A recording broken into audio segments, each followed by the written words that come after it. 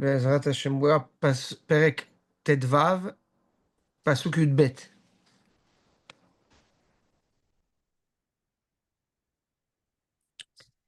לא יאהב לץ הוכח לו. Yes, the let's, the joker. Yes, the scoffer, like they say. Yes, לא יאהב הוכח לו. He doesn't like to be reproved. אל החכמים לא ילך, and he doesn't go to the חכמים.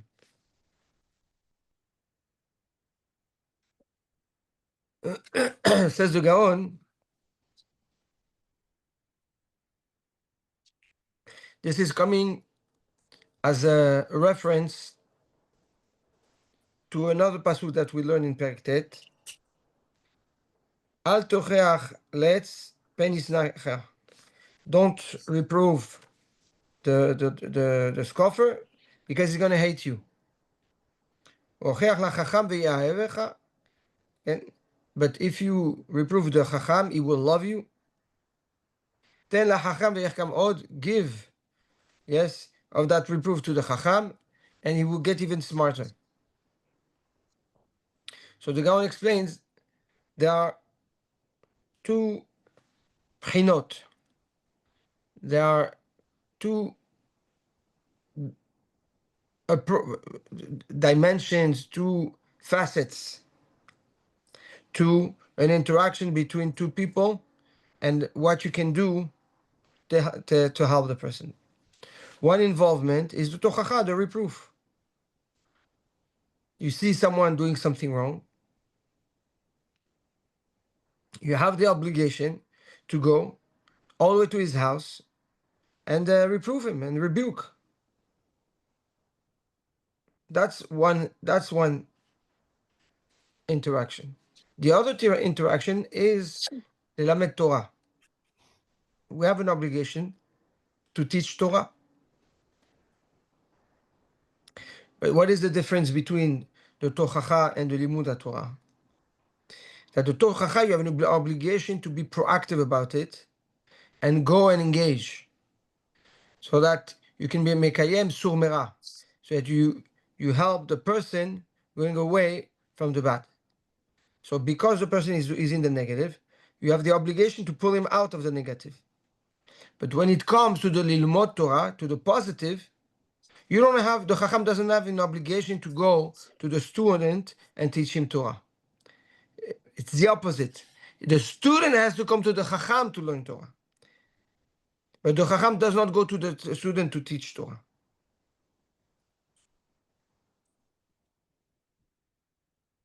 That's Ocheach LaChacham. The Chacham, you have to be Mocheach Oto. Go and engage and reprove. And what happens? He will love you. Right? That's the psukim in Perek Tet. Ten LaChacham, give to the Chacham. What do you mean give to the Chacham? It's because he came and he asked. What do you give?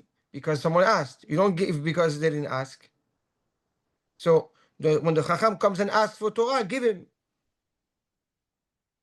And that's how he's going to become a bigger Chacham. So based on that introduction of the psukim in Perek Tet that we just spoke about. So says Shlomo HaMelech now, lo ye'ehav letz ocheach lo. Now this pasuk is focused on the letz, on the scoffer. Yes, he says the letz, he doesn't like to be reproved. Not only doesn't he like it, but he doesn't appreciate when you come to his house, right? We said tochacha, you have to go to the house of the person and rebuke, right? And be proactive about it. Well, he doesn't like that. Lo ye'ehav. He doesn't like the fact that you come to that someone comes to his house to rebuke.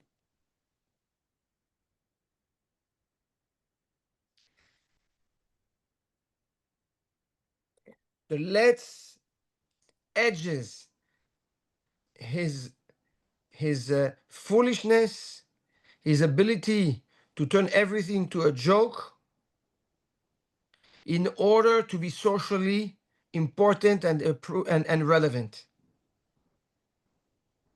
That's the scoffer. Therefore, the moment you expose his behavior and you're mochiach, you take away from that person kivyachol his identity. Yes, because you're now exposing that it's all a bluff, it's all a joke, it's all fake. So you're exposing his vulnerability. For that reason, the Letz will never let himself be exposed to the tochacha, let alone outside, even if it's in his house in enclosed doors. Because he identifies himself. He he he he sees himself exist through that behavior.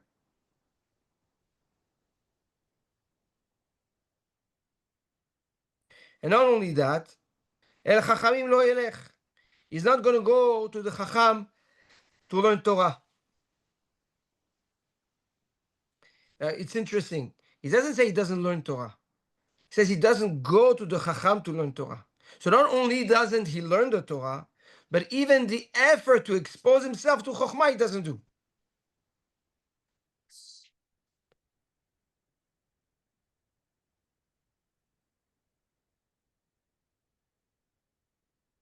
Yeah, like the lowest level in the Holchei Bet Midrash that the Avot the Mishnah in Avot says is holech ve'eno oseh, someone that goes to the Bet Midrash and doesn't do.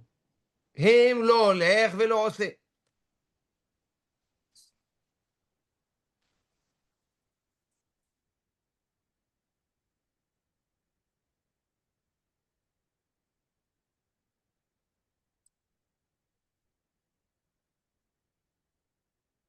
So when an individual behaves this way, yes, we need to be aware of what we're dealing with.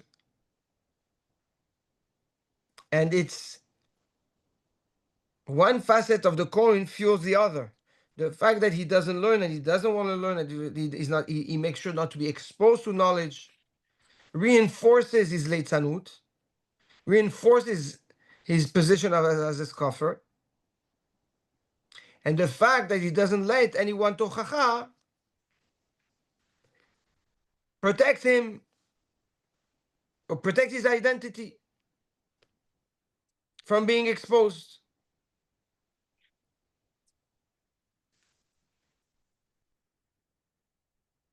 Yes?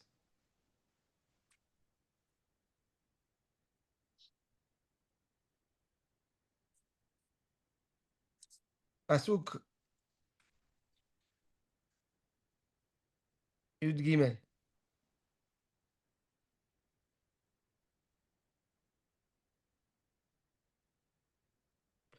Lev sameach itav yetiv panim.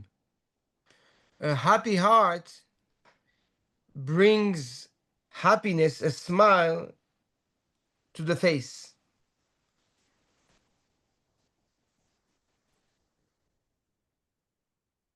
Ube'atzevat lev, but if a person has a sad heart, ruach nechea, he has a broken spirit.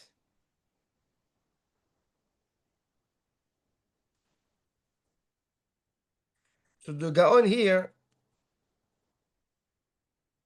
he says, who have la sameach, who has a happy heart? He says is the one that is happy of the effort he puts in his work. That's lev sameach.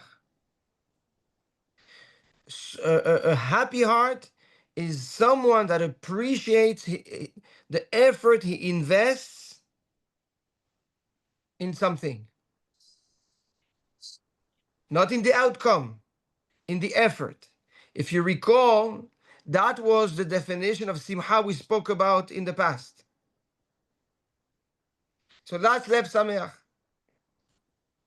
So when a person lives like this and appreciates and is happy, okay, and enjoys the effort he invests, yitav panim, yetiv panim, his face radiates happiness, radiates good, is smiley. However, atzevat lev, but somebody that has a sad heart, ruach nichaya, his heart is his nefesh is broken. And because his nefesh is broken, he's intolerant to everything. He doesn't have the patience, he doesn't have the bandwidth, he doesn't have the focus, he doesn't have the mind to accept anything. That's a broken ruach. Says the Gaon, the yesod, the root of that, we've learned in the past also. The Gaon says that at the beginning of Mishlei, in Perek Aleph Pasuk Kav Gimel, the Gaon there teaches a phenomenal hidush that is very good to refresh here. He says like this.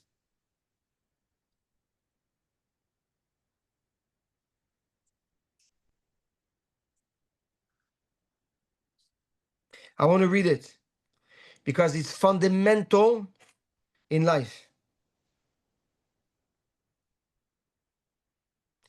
And the reason behind what he just said, of what is called Nahat Ruach. מפני שבכל דבר שאדם עושה, everything a man does, a person does, נותנים לו רוח ממרום. Every action the person is doing, is about to do, HaKadosh Baruch Hu sends a spirit to reinforce that endeavor. And that spirit that enters the person, והוא מסייע אותו לעשות עוד דברים כאלה. So a person engages to do something that now triggers a spirit to come down, and that spirit now motivates and fuels the person to do that action even more and to repeat it. So the person triggers something in this world. He creates now a pipeline that brings down a spiritual force, and now that spiritual force fuels that behavior to repeat and do more of it. And that spirit, v'zeh haruach eno nach, that spirit does not rest within the person, v'shaket, and is not appeased, ad she'oseh od devarim ka'ele, until he actually satisfies the ruach, the spirit, by doing more of these actions. Ve'u nehena mehem, and the spirit enjoys it. Umizeh, and from that enjoyment, yeshlo nachat ruach. This is what nachat ruach means. Now the ruach that came in can get appeased and calm down. And this, hen bidvar mitzvah, ve'hen bidvar avera. Whether a person does a mitzvah or a person does an avera, the mechanism is the same. A person, lo alenu, does an avera, he brings within him a spirit. Now that spirit will trigger and push the person to do more of this avera. And it's only by doing more of that avera that now the spirit can calm down and be at ease. A person does a mitzvah, the same thing. And says the Gaon, this is the spiritual secret, yes, behind what Chachamim tell us, mitzvah goreret mitzvah, and avera goreret avera. A mitzvah leads to another mitzvah, an avera leads to another avera. Because of that spirit, that ruach, that divine ruach that comes min shamayim, okay? Because of the action the person engages in the beginning. This is a fundamental law. Now we understand what fuels a person to do more averot or to do more mitzvot. And we now also understand what it means nachat ruach. Yes? It's not you that are enjoying, it's the ruach that was sent to you because of an action you engaged in that I get appeased. So when a person does an avera, yes, he's motivated by a stronger Yetzer Hara than his own Yetzer Hara because of that ruach, yes, and that's the satisfaction that he gets after the avera is not even his satisfaction. It's the satisfaction of the ruach that came into him. For that reason, after the avera, the person always feels bad because suddenly the ruach calms, yes, goes in a dormant state, and the person gets back his clarity. Why did I do that? So there is this internal polarized forces, yes, and this is also the reason why that when a person is about to do avera, there's a fight in him. He's trying to fight, yes, he's trying to pull back. Who are you pulling back from? From yourself? No, you're pulling back. You're trying to push back the ruach. Unfortunately, the ruach, the person brought him on himself when he did, when he engaged the first time in that avera. The good thing is that this applies also in Torah Mizot, right?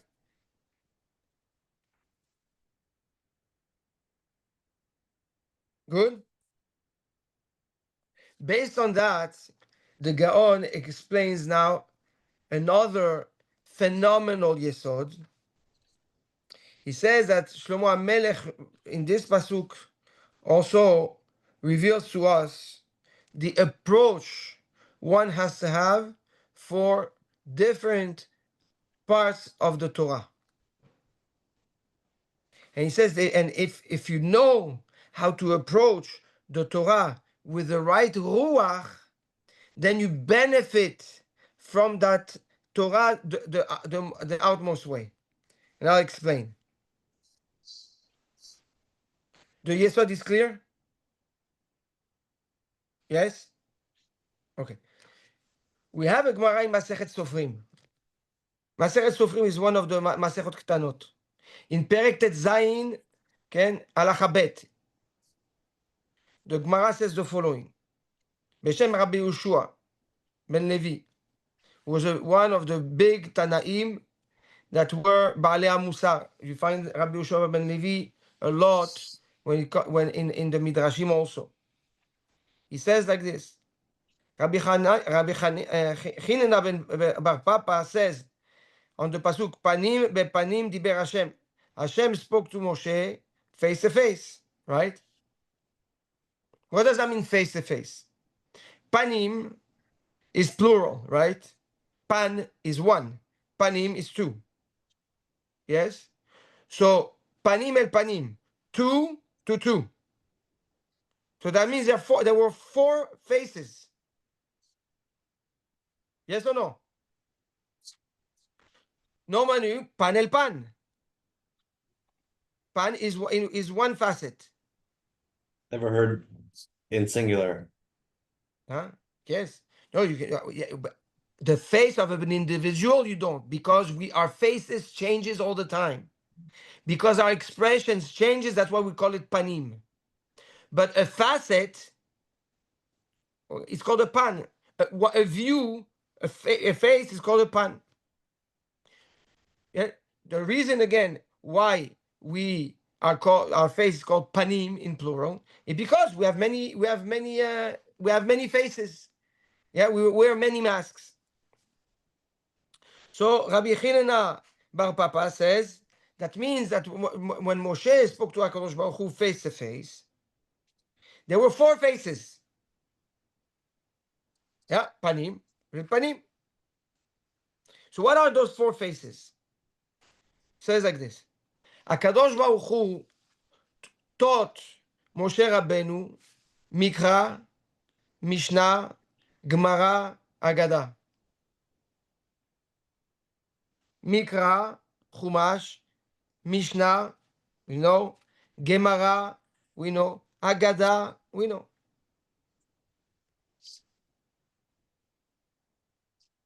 Okay? Says the following. Says the Gemara there.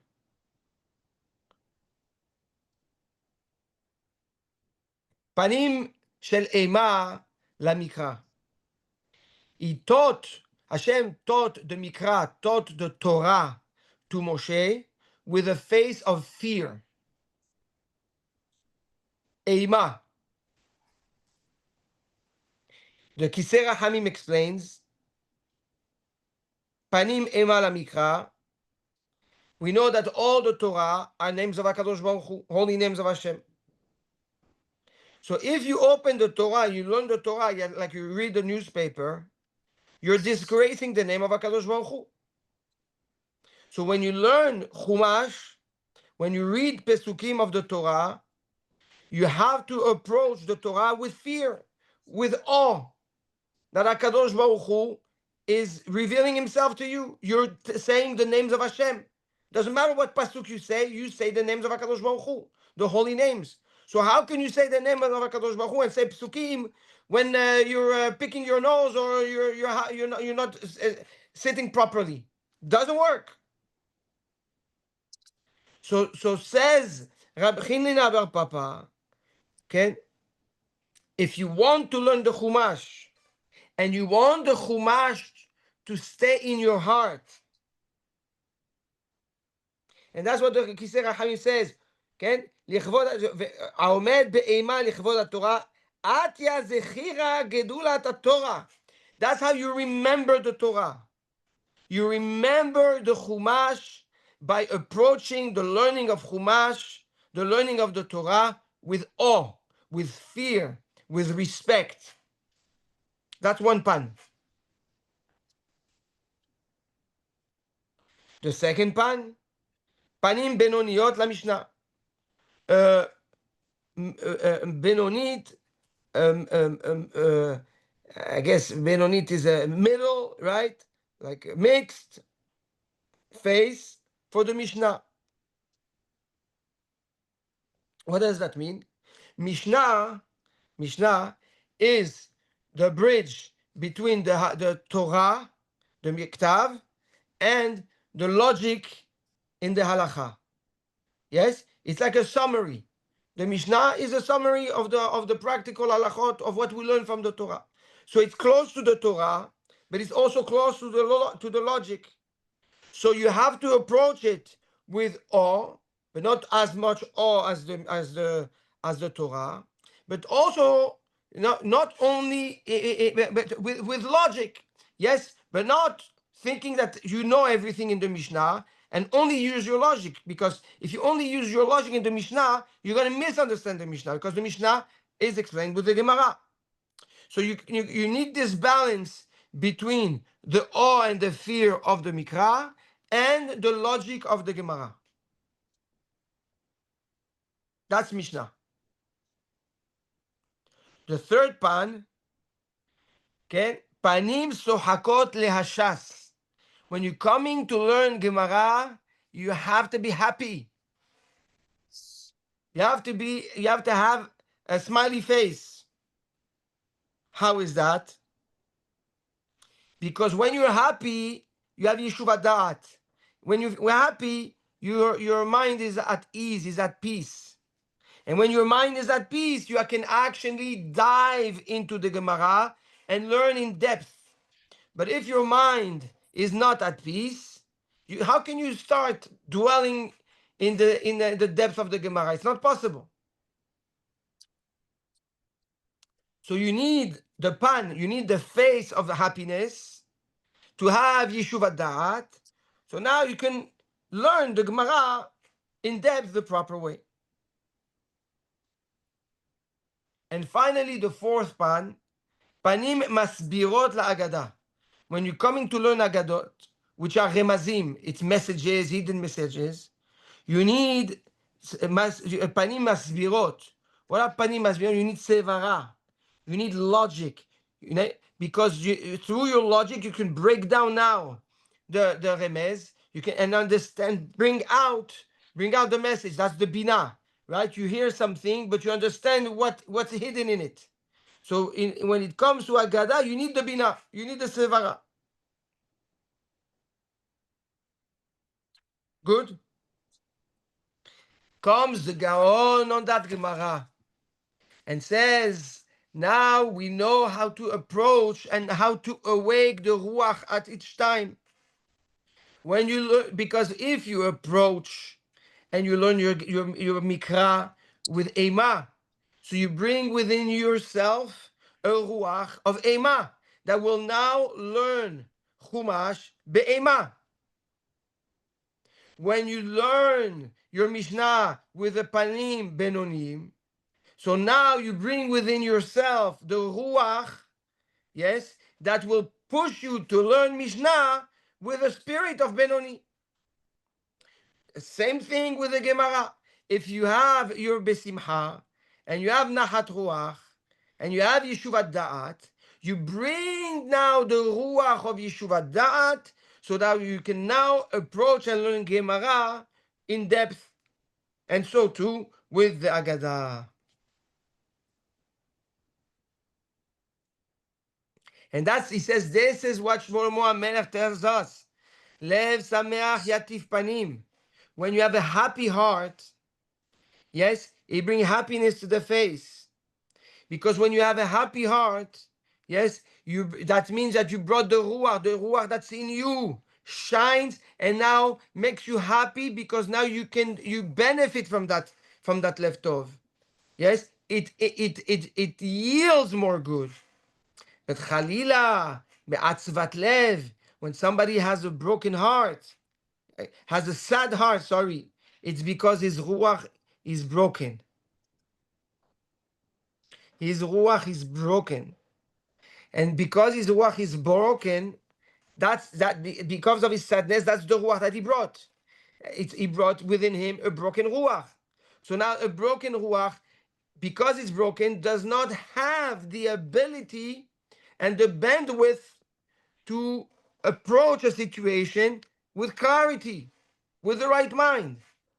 And for that reason, you have people, because of their sadness or because of their behavior, they can never engage properly in a situation. And no matter what, they just cannot do it. They cannot do it. The reason is because they don't snap out of that snowball effect. So what is the therapy and the remedy to such a behavior? Is to slowly bring in a ruach of good, a ruach of kedusha, a ruach of tov. And each time a person engage, he in a good action, he brings in within him that spirit that will motivate him to do more. Here, Shlomo HaMelech, the Gaon, tell us the best therapy to snap out of depression, to snap out also of failure, of sadness, of confusion. That's the klal.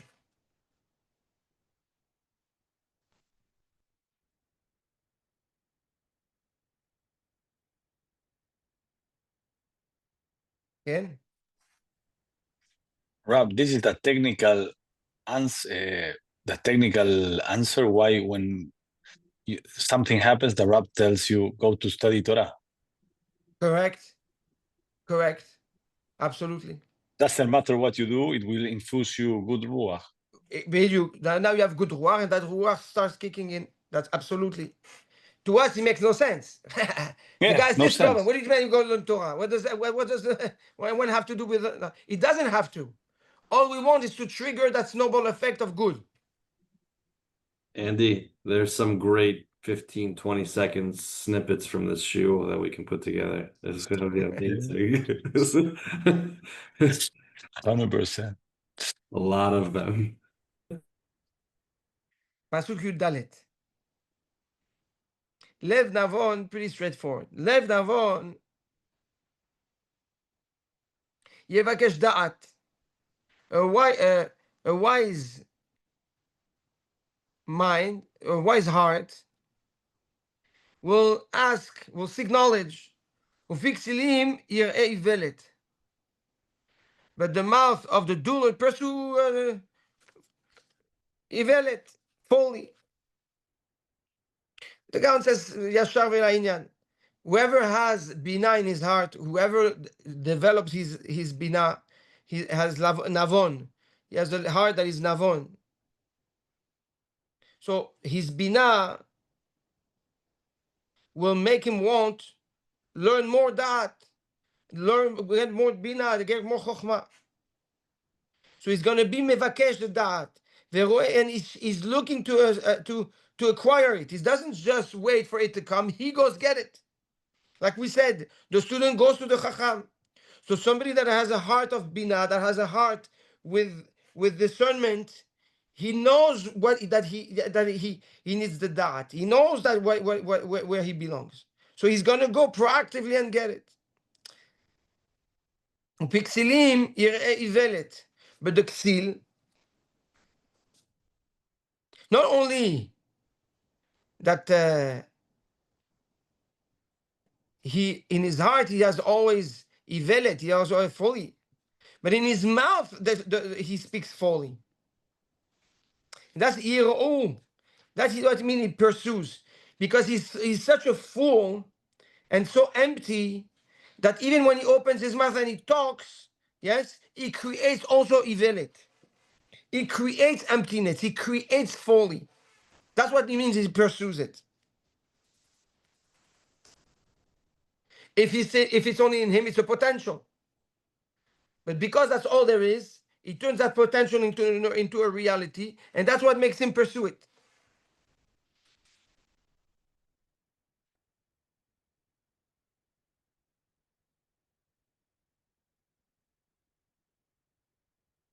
Okay?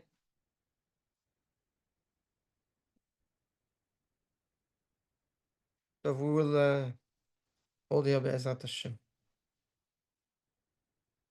Just learn Pasuk Yud Dalet. Yud Bet to Yud Dalet. Everywhere. Thank you.